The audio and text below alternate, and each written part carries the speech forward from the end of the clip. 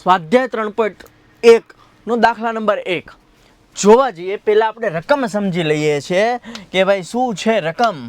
તો કે ધોરણ 10ના 10 વિદ્યાર્થીઓ છે. ધોરણ 10ના 10 વિદ્યાર્થીઓ ટોટલ છે. છોકરા અને છોકરીઓ થઈને કેટલા છે? 10 છે. ઓકે, તો એક્સ અને વાય, માનો કે એક્સ શું છે ને વાય શું છે તો હું લખી નાખું છોકરાની સંખ્યા. છોકરાની સંખ્યા ધારી લઈએ એટલે લખી નાખું ધારો કે છોકરાની સંખ્યા બરાબર એક્સ છે. આપણને ખબર નથી કેટલા છોકરા છે કેટલી છોકરીઓ છે. છોકરાની સંખ્યા છે એ એક્સ છે અને છોકરીઓની સંખ્યા કેટલી છે? છોકરીઓની સંખ્યા છે વાય.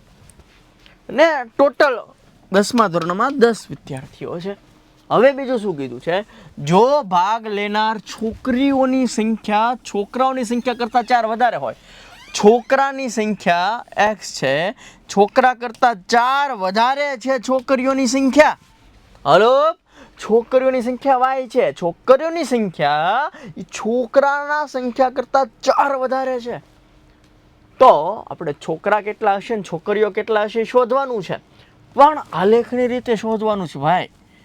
તમે આમનામ કહી શકો પણ આપણે તો એને ગણીને દેવાનું છે કે આટલી છે, આટલા છોકરા છે ને આટલી છોકરીઓ છે, પણ એ આલેખ દોરીને એનો જવાબ લાવીને કહેવાનું છે.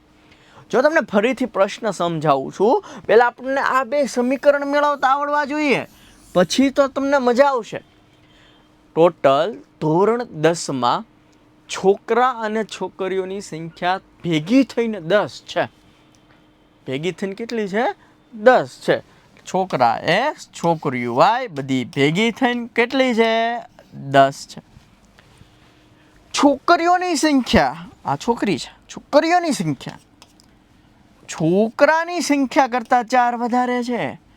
જો આ બે સમીકરણ બનાવતા આવડી જાય પ્રશ્ન વાંચીને, તો આલેખની રીત કે આદેશની રીત કે લોપની રીત કે બધી રીત ગમે એ રીત કે તમને આવડે, બરાબર છે. તો આ બે મેઇન એ છે કે આ તમને વાંચીને આ બંને સૂત્ર બનાવતા આવડવા જોઈએ. ધોરણ 10માં ટોટલ 10 સંખ્યા છે એટલે એક્સ વત્તા વાય બરાબર 10. છોકરીઓની સંખ્યા એટલે વાય બરાબર છોકરાની સંખ્યા કરતાં 4 વધારે, એક્સ વત્તા 4. વાય બરાબર એક્સ વત્તા. તો હવે આલેખ દોરીએ આપણે. મસ્ત મજાનો આલેખ દોરીએ છીએ. ઓકે, એક્સ વત્તા વાય બરાબર 10 મળી ગયું, વાય બરાબર એક્સ વત્તા 4 મળી ગયું. જો પહેલું આપણને મળી ગયું હતું એક્સ વત્તા વાય બરાબર 10 અને બીજું તમને મળી ગયું કે વાય બરાબર એક્સ વત્તા 4. આવું હતું ને? હા, આવું જ હતું. ચલો, તો હવે આપણી પાસે આ બે સમીકરણ મળી ગયા. આલેખ દોરતા હું તમને હમણાં શીખવાડું. તમારે આના માટે એક કોષ્ટક બનાવવાનો, આ પહેલા સમીકરણ માટે, અને બીજા સમીકરણ માટે પણ એક કોષ્ટક બનાવવાનું. જો આ પહેલા સમીકરણ માટે હું કોષ્ટક બનાવું, કોષ્ટકમાં આવું લખી જ નાખવાનું. બીજું સમીકરણ અહીં લખું, આ બીજું સમીકરણ, એની માટે આ કોષ્ટક બનાવવાનું, આવું લખી જ નાખવાનું. ઓકે, જો એક્સ ની જગ્યાએ 0 મૂકો, એમ કે અહીંયા આમાં એક્સ ની જગ્યાએ 0 મૂકો તો હલો, તો 0 હતા વાય વાય જ થયું. તો વાય કેટલા મળ્યા? 10. મૂકી દો અહીંયા. આમાં તે વાયની જગ્યાએ 0 મૂકો તો આમાં એક્સ વત્તા વાયની જગ્યાએ શું મૂકવાનું છે? 0. એક્સ કેટલા મળ્યા?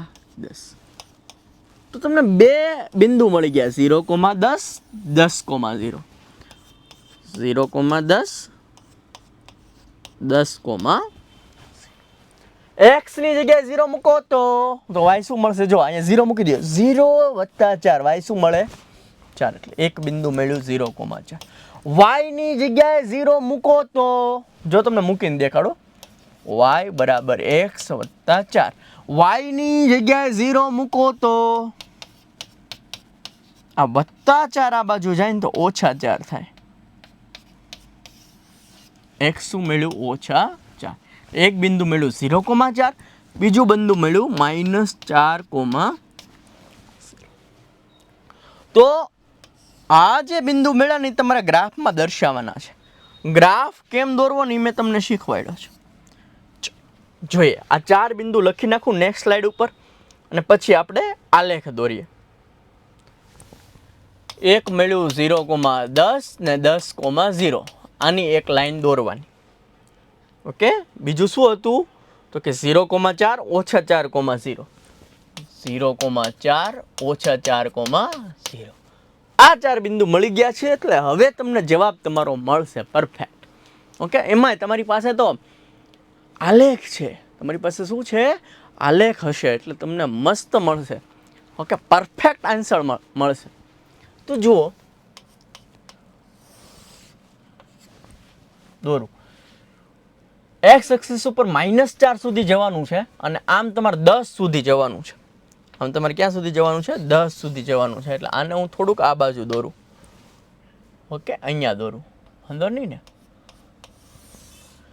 આ વાય એક્સિસ દોરી નાખી. નીચે ક્યાં સુધી જવાનું છે? વાયમાં ક્યાં સુધી જવાનું છે? બસ વાયમાં તો કોઈ 10 સુધી જવાનું છે ઉપર, એટલે અહીંયા હું નીચે જ દોરું, આ બાજુ જ. તે આવું કંઈક દોરી લઉં, જરૂર પડશે ચેન્જીસ કરશું. ચાલો, એક્સ એક્સિસ ઉપર 10 સુધી જવાનું છે એટલે અહીંયા આ તો 0,0 હોય. અહીંયા તમારે લખી નાખવાનું એક્સ, અહીંયા એક્સ ડેશ, અહીંયા વાય, અહીંયા વાય ડેશ. ઓકે, તમારે ગેપ એક એકનો બબ્બેનો ગમે રાખી શકો. અહીંયા આવશે 1,0, 2,0, 3,0, અપ ટુ તમારે જવાનું ક્યાં સુધી? 10,0 સુધી જવાનું. ક્યાં સુધી જવાનું? 10,0 સુધી જવાનું. ઓકે, એટલે આ પોઈન્ટ સુધી આપણે પહોંચી ગયા. 0,10 એટલે વાય એક્સિસ ઉપર આવશે ને, અહીંયા આવશે. અહીંયા તમારે 0,10 સુધી જવાનું. 0,1, 0,2 અપ ટુ ક્યાં સુધી જવાનું? 0,10 સુધી જવાનું છે. ઓકે, હવે જો 10,0 ને 0,10 એ બેને અડાડી દો તમારે પેન્સિલથી. આ બેન શું કરી નાખવાનું છે? 0,10, 10,0. આને શું કરી નાખવાનું છે? જોઈન કરી નાખવાનું છે. હવે અહીંયા જો 0,4, 0,4 તો 0,4 અહીંયા આવશે ભાઈ. ઓછા 4,0 અહીંયા આવશે. જો ઓછા 1,0, ઓછા 2,0, ઓછા 3,0, ઓછા 4,0. તો ઓછા 4,0 ને 0,4 એને જોઈન કરી દો ને આમ જવા દો લાંબા સુધી. આ જે બે પોઈન્ટ મળ્યો ને એ તમારો જવાબ હશે. એ તમારો શું હશે? જવાબ હશે. અને જવાબ તમે જોવા જાઓ ને તમારે કઈ રીતના જોવાનો છે એ કહી દઉં. કારણ કે તમે જો ગ્રાફ દોરશો ને ત્યારે તમારે પરફેક્ટ આન્સર આવશે. શું આવશે? પરફેક્ટ આન્સર આવવાનો છે. ઓકે, ચાલો આપણે જોઈએ કે અહીંયા જો નીચે જશો તો તમને એક્સ મળશે અને અહીંયા જશો તો તમને શું મળશે? વાય મળશે. તો અહીંયા શું જવાબ આવ્યો તમે જુઓ તો. ઓકે, કે ભાઈ અહીંયા એક્સ એક્સિસ આપણે કોને ધાર્યું હતું? છોકરાને ધાર્યું હતું. તો છોકરાનું શું જવાબ આવ્યો? 3. છોકરા કેટલા હશે? 3. પછી અહીંયાથી આમ લાઈન કરો, અહીંયા તમે છે ને 0,7 આવશે. એટલે છોકરીઓની સંખ્યા કેટલી હશે? 7 આવશે. એટલે કે આ જે પોઈન્ટ છે ને એ કયો હશે? 3,7 હશે. ખબર પડે? અહીંયા જે પોઈન્ટ છે એ કયો આવશે? અહીંયા જુઓ એક્સ એક્સિસમાં તો 3. તો 3 શું હશે? છોકરા હશે. અહીંયાથી આમ લંબાવો તો અહીંયા શું આવ્યું? 7. તો 7 શું હશે? છોકરીઓ હશે. તો જો ખબર પડી જાય 3 ને 7 10 થાય છે. હા ભાઈ થાય છે. ઓકે, છોકરા કરતાં 4 વધારે છોકરીઓ છે. 3 + 4 7 થઈ ગઈ. તો કે થઈ ગઈ. ખબર પડે છે કઈ રીતના તમારે ગ્રાફ દોરવાનો છે, આલેખ દોરવાનો છે. જો ન સમજાય તો હજુ ફરીવાર એકવાર વિડીયો જોજો, તમને સમજાઈ જશે. મજા આવી હોય તો લાઈક, શેર, સબસ્ક્રાઈબ કરજો. મળીએ છીએ નેક્સ્ટ લેક્ચરમાં. ત્યાં સુધી જય હિન્દ, જય ભારત.